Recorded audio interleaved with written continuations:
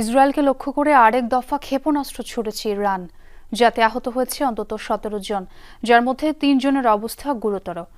এদিকে জেনেভায় জাতিসংঘের মানবাধিকার কাউন্সিলে দেয়া ভাষণে পারমাণবিক স্থাপনায় ইসরায়েলি হামলাকে গুরুতর যুদ্ধাপরাধ আখ্যা দিয়েছেন ইরানের পররাষ্ট্রমন্ত্রী। তার অভিযোগ, যুক্তরাষ্ট্রের সাথে আলোচনা চলাকালীন ইসরায়েলের আগ্রাসী অভিযান কূটনীতির সাথে বিশ্বাসঘাতকতা। এদিকে ইরানে পাল্টা হামলা চালিয়েছে ইসরায়েলও। সামাজিক যোগাযোগ মাধ্যমে ছড়িয়ে পড়া মিসাইল হামলার পর ভয়াবহ বিস্ফোরণের এই দৃশ্য ইসরায়েলের উত্তরাঞ্চলের হাইফা শহরের। স্থানীয় সময় শুক্রবার বিকালেও আরেক দফা ইসরায়েলি ভূখণ্ড লক্ষ্য করে মুহুর্মুহু ক্ষেপণাস্ত্র ছুড়েছে ইরান। আইআরজিসির দাবি, তেল আবিবের কমান্ড সেন্টার, নেভাতিম ও হাতজেরি বিমান ঘাঁটি সহ বিভিন্ন সামরিক স্থাপনা ছিল হামলার লক্ষ্য। এদিকে জেনেভায় জাতিসংঘের মানবাধিকার কাউন্সিলে দেওয়া ভাষণে ইসরায়েলের বিরুদ্ধে যুদ্ধাপরাধের অভিযোগ তুলেছেন ইরানের পররাষ্ট্রমন্ত্রী আব্বাস আরাকচি। তার দাবি, সার্বভৌমত্ব রক্ষায় জাতিসংঘের সনদ মেনেই তেল আবিবকে পাল্টা জবাব দিচ্ছে তেহরান। আমাদের পারমাণবিক স্থাপনাগুলোকেও লক্ষ্যবস্তু করা হয়েছে, যদিও সেগুলি IAEA এর পূর্ণ পর্যবেক্ষণে রয়েছে। আন্তর্জাতিক আইন অনুযায়ী সম্পূর্ণ নিষিদ্ধ হওয়া সত্ত্বেও তারা এই হামলা চালিয়েছে। তাদের পদক্ষেপ গুরুতর যুদ্ধাপরাধ। আমরা আমাদের আঞ্চলিক অখণ্ডতা, সার্বভৌমত্ব রক্ষায় দৃঢ় প্রতিজ্ঞ। জাতিসংঘের সনদই এই অধিকার আমাদের দিয়েছে।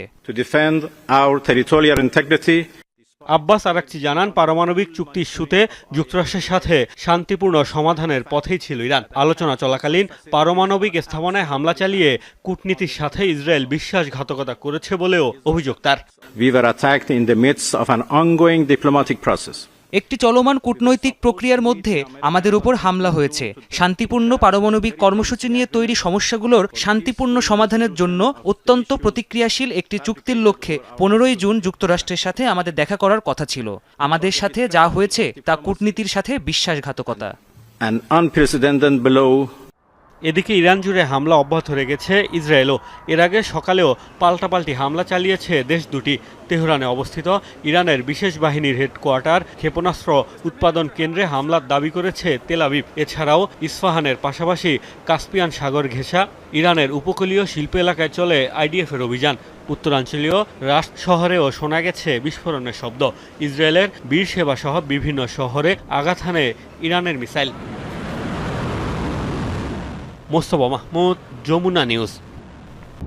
সামাজিক যোগাযোগ মাধ্যমে ছড়িয়ে পড়া মিসাইল হামলার পর ভয়াবহ বিস্ফোরণের এই দৃশ্য ইসরায়েলের উত্তরাঞ্চলের হাইফা শহরের।